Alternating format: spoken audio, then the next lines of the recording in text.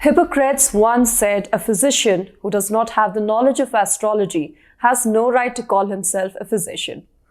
Well, if you ask my opinion about it, well, astrology is something personal and unique to the individual or the problem they're going through. Then how does astrology answer to all the events that are happening collectively around the globe, such as a recent pandemic or maybe the war between Russia and Ukraine? A lot of questions. Believe you me, I'm just brewing with curiosity. But thankfully, I'm so fortunate to be in the presence of a gemologist, Senior Director of Gemstoneuniverse. She is also the author of Cosmic Sutra, a book that examines and unveils the secrets of Panchabhuta. Thank you for being here, ma'am. Very, very welcome, Vani. And I'm glad we're having this conversation. I think, I think this was meant to be because I have a lot of questions around astrology and everything that, you've been doing. You're somebody who wears multiple feathers in your cap.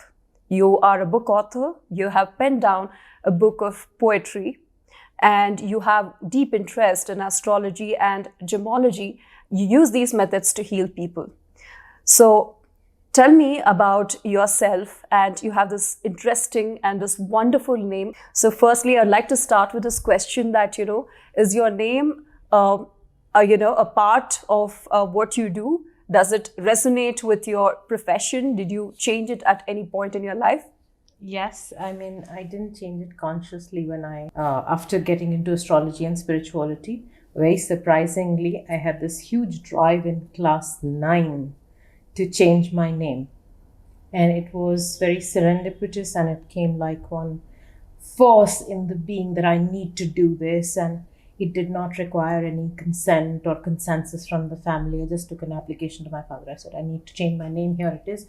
Sign it. And he was a lovely darling of a person. He said, where do I sign?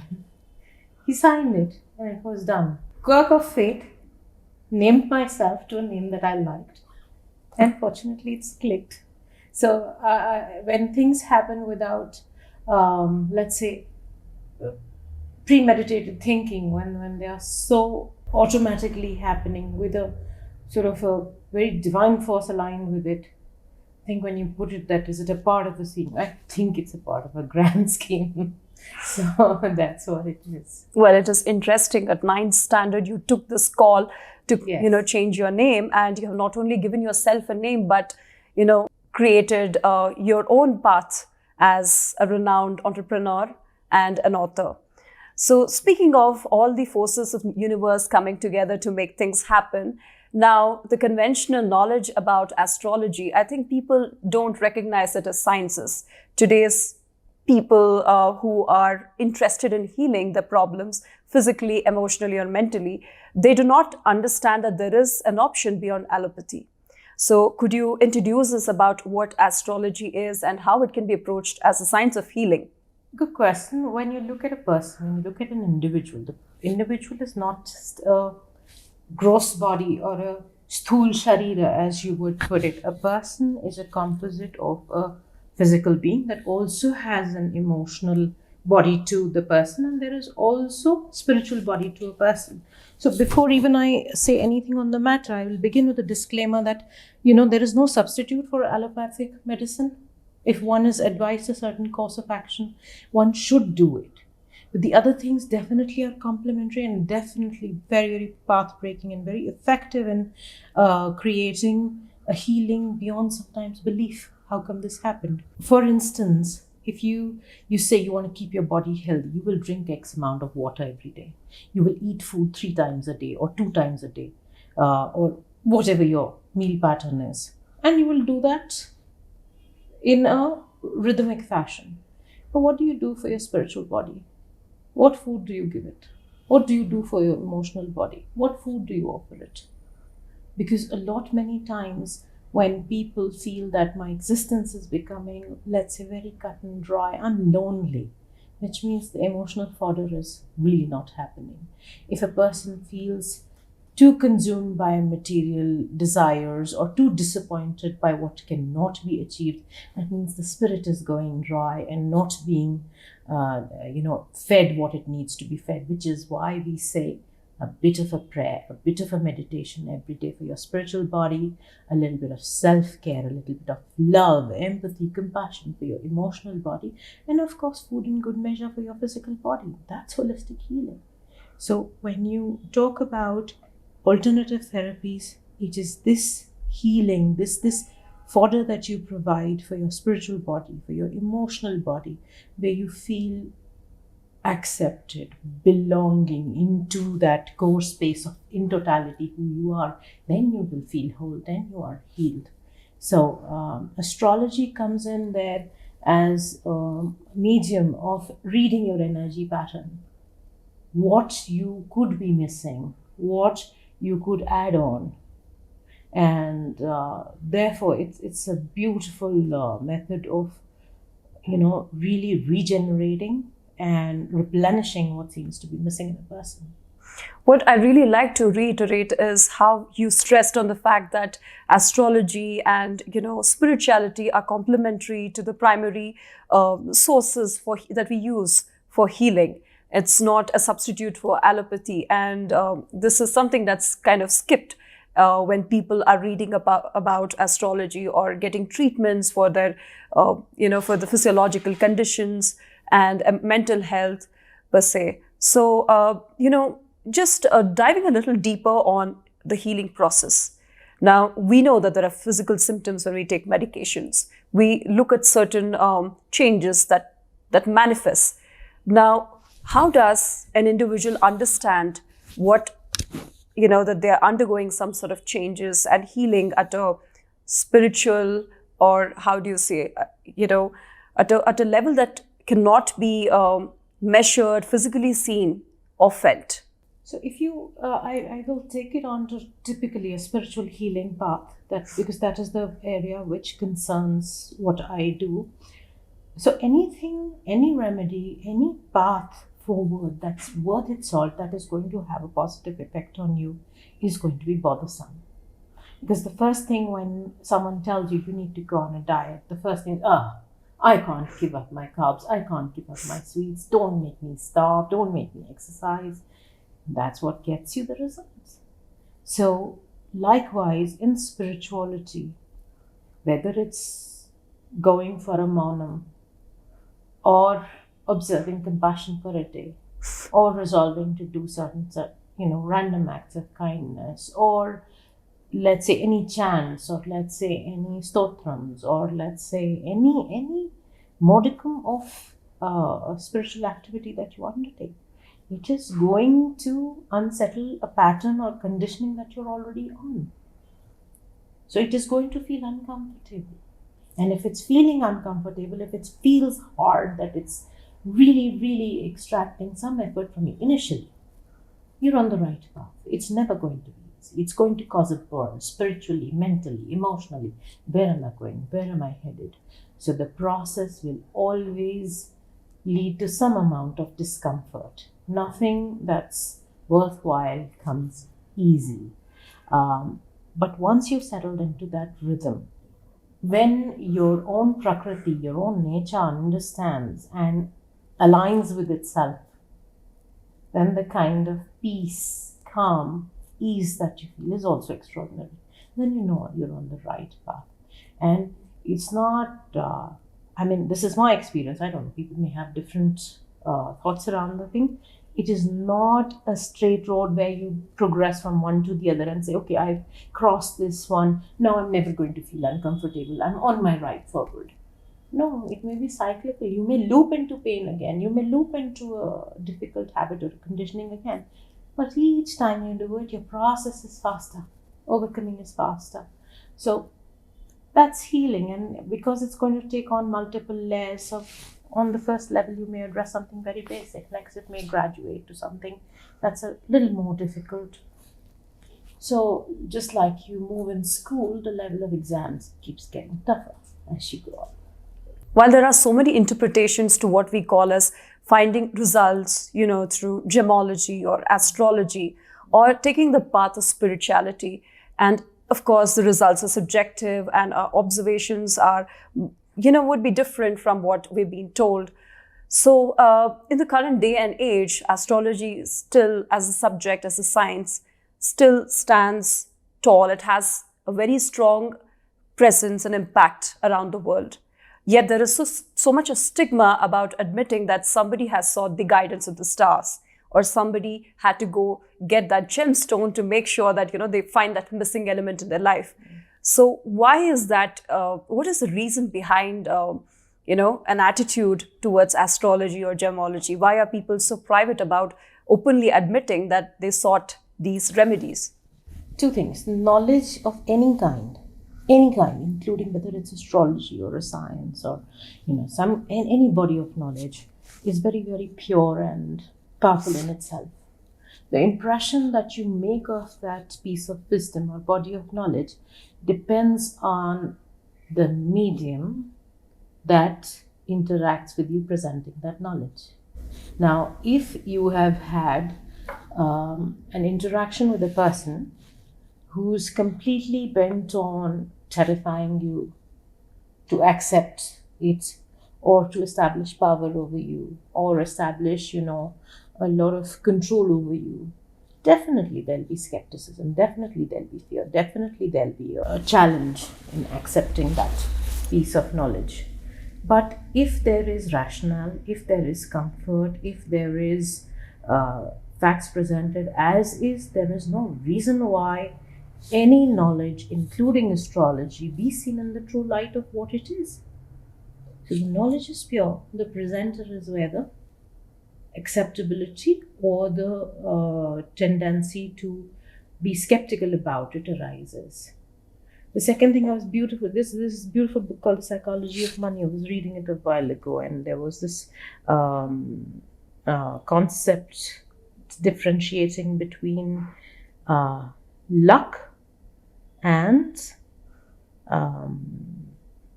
effort, I think. Something like that. So it explained beautifully that if you happen to succeed and somebody told you you got lucky, you are most likely to get offended, right? Mostly. Yes. I would be. Yes. But what about chance? What about you happening to be at the right place at the right time? Yeah.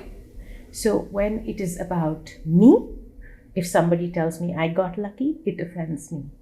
When somebody has an achievement, or let's say we're talking about Bill Gates or we're talking about Rishi Sunak in today's perspective, the guy is lucky. We don't mind saying it when it is us. We don't mind saying it when it's somebody else. But we don't like it when we're the person in question. So we'd rather be recognized for our efforts, and that's human condition. But as you look at various people in power positions, whether they are politicians, whether they are stars, icons, idols, social change makers, influencers, no matter who you have, you will espy a gem or two in any person, anywhere. And it's speaking for itself. Some famous personality once said that astrology is a finger pointing at reality. Now, my understanding about astrology is it not only talks about your future predictions or, what's going to happen and what's wrong and the remedial measures, but I think it also charts out an individual's personality. What are they like? What are the probable areas of profession that they're going to choose? So, going by the path of astrology, does it really define the relationships, the kind of life choices that we make? Because we do know that there is something called as free will. Definitely. This is a question that does not come infrequently to me. So even in terms of astrology, how does a person reach me? Free will? Yeah. They have their own volition. You have a choice not to come to me. I don't drag anybody by the collar. So by volition they come. So they exercise free will. Then I dispense what they need to do. Free will again. You have the discretion not to follow through with what I am saying. But when you have a person's birth chart in front of you, it kind of tells you whether this is an individual who has tremendous resistance to change, or is a person receptive. It tells you about their strengths, or how pliable they are. Pliable in the sense towards their own growth, or they have a long way to traverse before they can embrace growth. So that way, astrology is a beautiful map of tendencies, and it will have an amazing insight into your strengths, your weaknesses, the tendencies where you will tend to slip, or the tendencies where you will make an excellent progress path forward. So amazing, all in all, amazing. Free will does come. People, in every step of this process, also, people are expressing their free will. Is it possible to help an individual, completely change the personality, or even, change the course of their destiny, seeking the help of astrology and other spiritual sciences and gemology, of course? Definitely. So, as I see clients evolve over the years, the answer is most definitely. Now, if I have to talk in terms of examples rather than, just plain theory, let's say the sun in your horoscope will define your self-esteem, who you are, how much of confidence you have, how do you take on, problems and difficulties in your life, how well do you think you are powerful enough. The moon, on the other hand, is your emotional quotient. How much do you yo-yo with your emotions? How much do you allow your emotions to have a hold over you? How much do you allow emotions to direct the course of your decisions every day, whether they are personal or professional? Then whatever your ascendant rising is, that also is going to define how your personality turns out. Now, if any of these parameters are out of whack, you can bolster them, whether by prayer, whether by gem therapy, whether by following any particular remedies. And of course, there are so many cases where you see people who have become so much more balanced than where they started from, so much more in control of life. I'm not saying that life has no challenges anymore, but the thing is, they're more equipped. They don't feel constrained by circumstances anymore to the level which they were. So yes, remedifying through astrology, massive forward strides in personal life, in your personality, in your appearance, in your conduct, in your handling everyday affairs. Very, very possible. When approached from a scientific lens, we do know that Earth revolves around the sun and the moon around the Earth. We do know that it affects the climates, the weather conditions in our planet. And that's the story about sun and the moon. But how would you actually explain the idea that the planets such as Mars and even Saturn and Pluto, which are far, far away, have an influence on our birth chart? So everything is energy, an energy system. Now, as far as planets are concerned, they are one pure energy, one governing force. So it's like, a department head wielding absolute power over one zone. So even when you have planets which are far off, any energy system will interact with another energy system by default. So, for instance, let's say if you meet a person and you feel lovely sitting with them, then you meet another person, and even while the person approaches and you're like, oh no, I don't want to interact with this person today. How's that possible? Because you're reading into that person's energy and something is not resonating with you. That's the only possible explanation, which is called vibing, whether you vibe with someone or you don't vibe with someone. And that's exactly what happens when one energy system is somewhere with another energy system. Now, whether the sun is sun is pretty far away from the earth, but the solar flare happening does cause an aurora in the North Pole, right? Which is a beautiful spectacle. It's on my bucket list also. And then on other days, whether the moon is very, very far off, it does cause tides on the planet. The gravitational pull of any other energy system, no matter how far off it is, if it is strong enough, it is going to exert a force on you. So each planet invariably will impact you as an individual. And let's say The amazing thing to interpret is your birth chart. It's this rectangle, which, let's say, looks like a house, and it has 12 rooms, which look like different rooms in a house. Now, and these different rooms represent different aspects of life. Now, if an energy is made to sit in a specific room where it feels unwelcome, or where it feels absolutely constrained, or another energy system feels very happy, pleased in another place, what are the outcomes going to be typically for that individual? That this energy force is going to create troubles. This energy is going to bring beautiful instances in the person's life. So when a person is born, what is the birth chart is actually the map of heavens at the time of the person's birth. And that basically decides the reading of how a person's life path is going to go forward. Astrology, from what I gather from the conversation we had, it's very profound. It's profoundly connected to our existence and the environment around us and the people that we're going to encounter.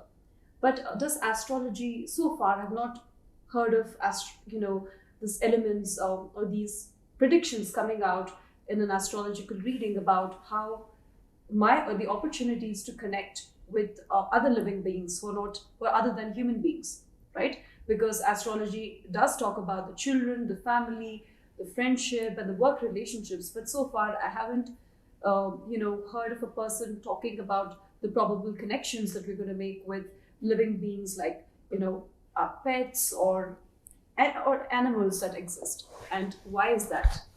Okay, so it's not something that may be popularly discussed, but for pet lovers, definitely Ketu is the planetary energy that rules over pets. And for the individuals where, you have a strong third house, you have a strong third house influence with Ketu in it, the attraction towards pets is going to be phenomenal. The energy to connect with them, to communicate with them will be phenomenal. The only thing is the question needs to be put up in order to get an answer. Yeah, that's a very interesting insight, which I till date didn't know about. And Ketu is connected to, the affinity that one has towards animals.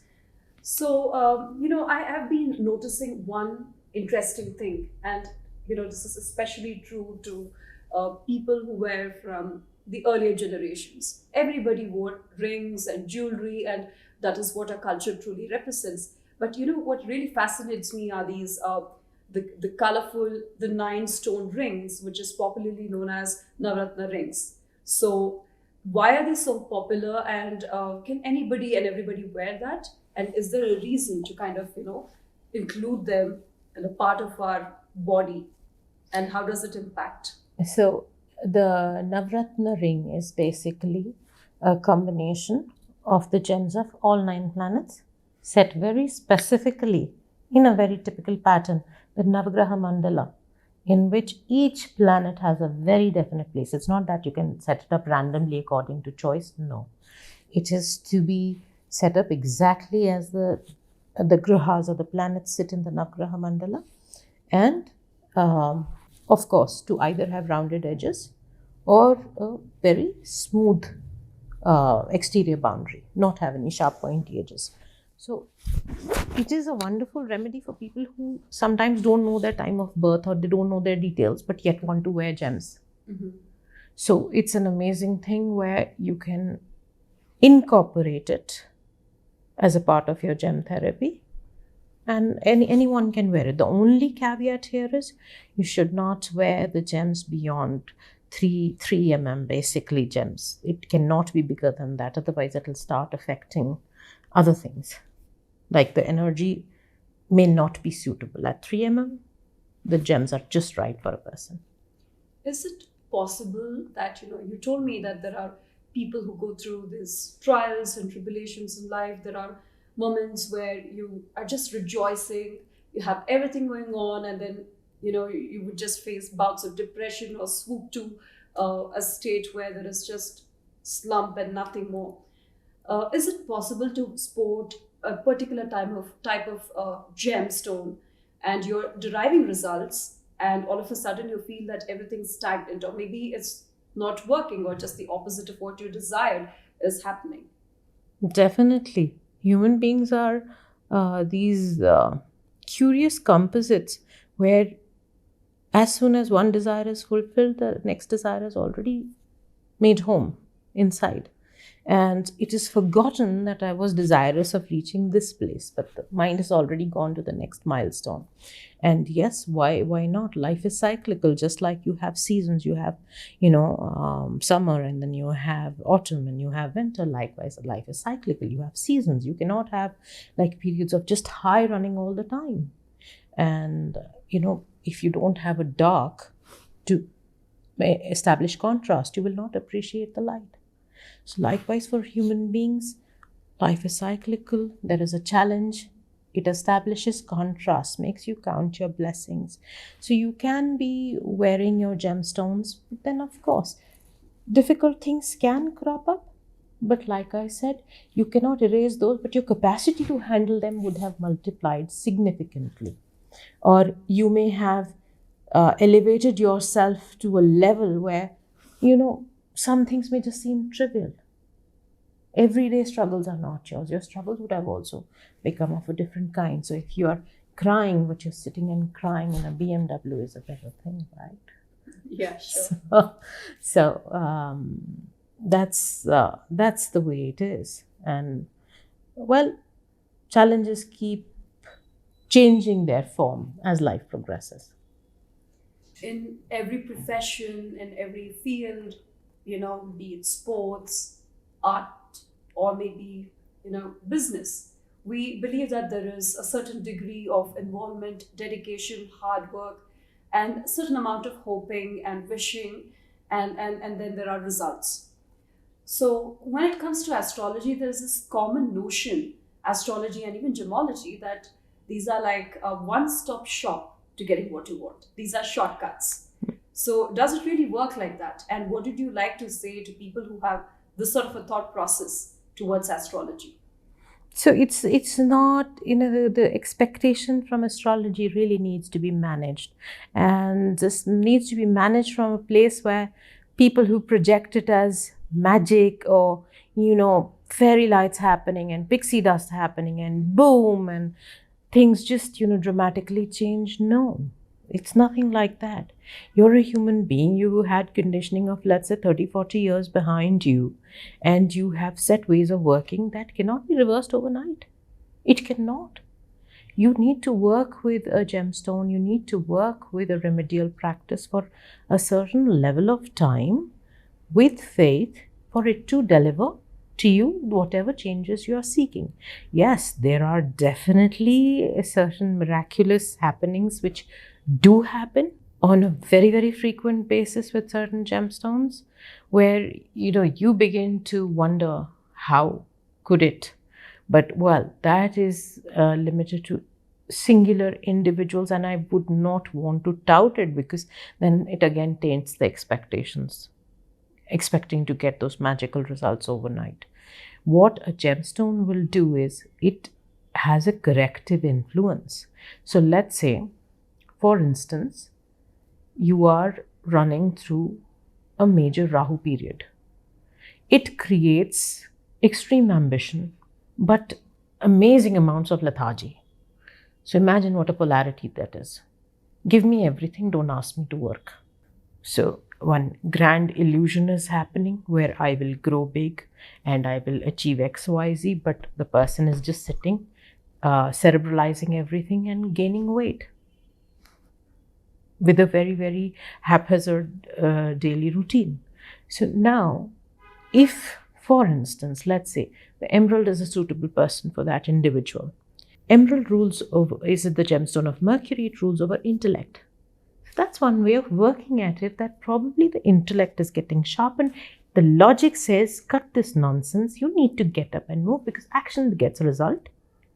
Let's get you curious about a certain process, make an advance over there, try and do certain thing, and therefore we move forward. Or let's say the Jupiter is a favorable planet, then we make the person wear a yellow sapphire. It's the planet of wisdom. So you make decisions which are more in favor of you rather than, sitting and living in that delusional, spiral all the time.